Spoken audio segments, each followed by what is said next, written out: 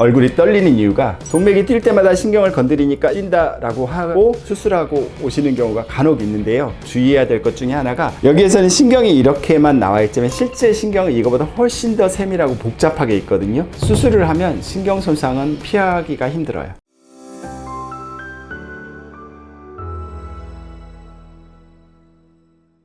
안녕하세요. 발정한방병원 정인호 원장입니다. 가끔 이제 눈밑이 파르르 한두 번씩 떨리거나 입이 이제 한두 번 떨리거나 그러는 경우가 있는데, 그러면 이게 마치 마그네슘 부족인 것처럼, 그래서 이제 약국에서 마그네슘 사 먹으면 괜찮은 것처럼 오해하시는 경우가 있는데, 사실 이거는 아무런 근거가 없습니다. 이게 이제 출발점이 된 게 뭐냐면, 모든 질병의 원인이 미량 원소가 부족해서 라고 보는 시점이 있었어요. 예를 들어서 이제 제가 백반증이 있잖아요. 백반증이 있는 사람들은 동이 부족하다. 그래서 그 사람들의 주장에 의하면 동으로 만든 물컵으로 물을 계속 마시면 이게 뭐 동이 흡수돼서 그런데, 사실은 그렇지 않고요. 일상적으로 가족들이 같이 밥을 먹는데 왜 그 사람만 특정 성분이 부족하겠어요? 그게 이제 근본적인 원인이 아니라 사실 그거는 결과인 경우가 많거든요. 그런데도 불구하고 눈밑이 떨리면 마그네슘 부족이라고 해서 마그네슘이 계속 먹게 되냐면, 이거는 사실은 선후인과의 오류 같은 겁니다. 예를 들어서 보통 이제 피곤하고 잠 못 자면 눈밑이 떨리거든요. 그럼 그게 원인인데 마그네슘을 먹어요.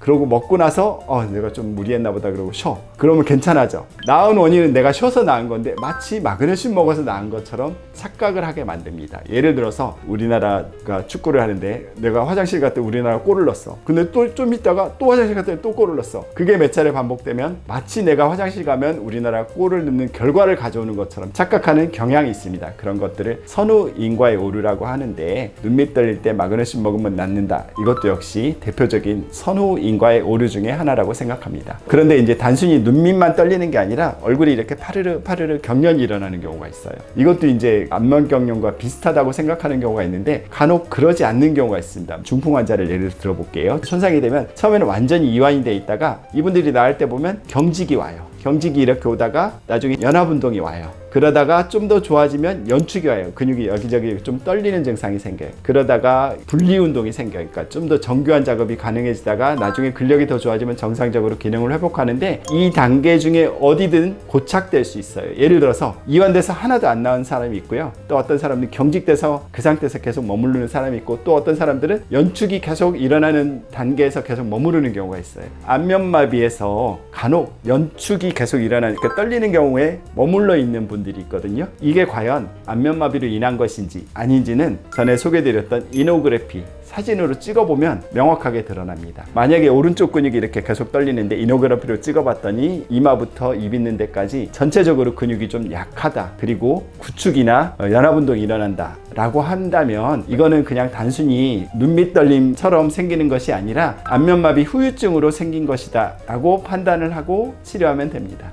저희 병원에 최근에 내원하신 어떤 분 같은 경우에는 이분이 오른쪽 얼굴이 이렇게 떨림 증상이 있었어요. 그래서 이노그래피 사진을 찍어보니까 오른쪽 근육이 전반적으로 다 위약이 나타났고 구축이나 연합운동도 있었습니다. 그래서 이제 후유증 치료를 하고 지금은 많이 좋아진 상태입니다. 또 다른 여성분의 경우에도 최근에 내원하셨는데 얼굴이 이렇게 계속 떨리고 연축이 계속 일어났는데, 이분도 역시 이노그래피 사진으로 찍어보고 제가 이것은 안면마비 후유증을 인한 것이다 라고 설명을 드리고 치료하고 지금은 거의 다 괜찮아지셨습니다. 앞서 설명드린 것처럼 회복되는 단계 중에 어느 단계에서 머무를 수 있는데요. 이거는 초기 손상이 심해서 그럴 수도 있고, 각 단계마다 어떤 적절한 치료를 해야 되는데 그 적절한 치료를 못해서 낫지 않고 그 상태에서 머물러 있는 경우도 있습니다. 따라서 그 단계를 넘어가려면 어느 정도 필요한 정도의 역치 자극을 주어야 합니다. 그 자극을 주지 않고 그 상태로 놔둔다면 어떤 경우에는 저절로 좋아지기도 하지만 대부분의 경우에는 그 상태에서 계속 머물러서 호전이 되지 않고 있게 됩니다. 만약에 단순히 눈밑 떨림이 잠을 못 자서 혹은 피곤해서 그렇다면 기력을 좀 보강해주고 숙면을 취할 수 있도록 하는 그런 침치료나 한약 치료를 하고요. 그게 아니라 이노그래피 사진으로 찍어봤더니 안면마비 후유증으로 인해서 그런다. 그러면 안면마비 후유증에 적절한 매선 치료라든지 신경전기 치료라든지 정안침 등을 통해서 치료를 하고 있습니다.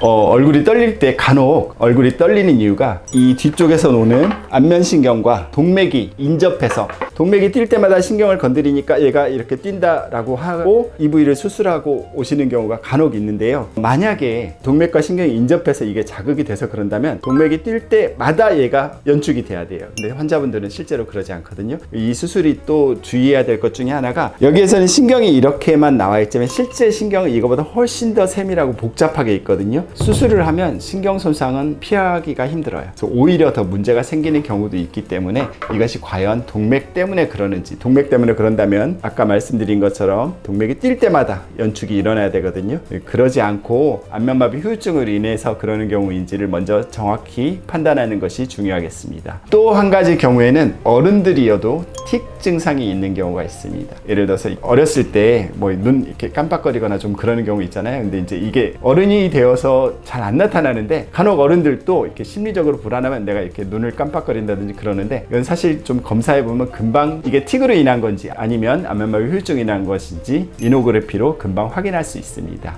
틱으로 인한 경우에는 심해지면 뭐 예를 들어 음성이 같이 이렇게 나타난다든지, 아니면 얼굴 부위가 아니라 이 목 아랫 부위까지 이렇게 한다든지, 그러는 경우에는 틱으로 보고 그에 맞는 치료를 하는 것이 중요합니다.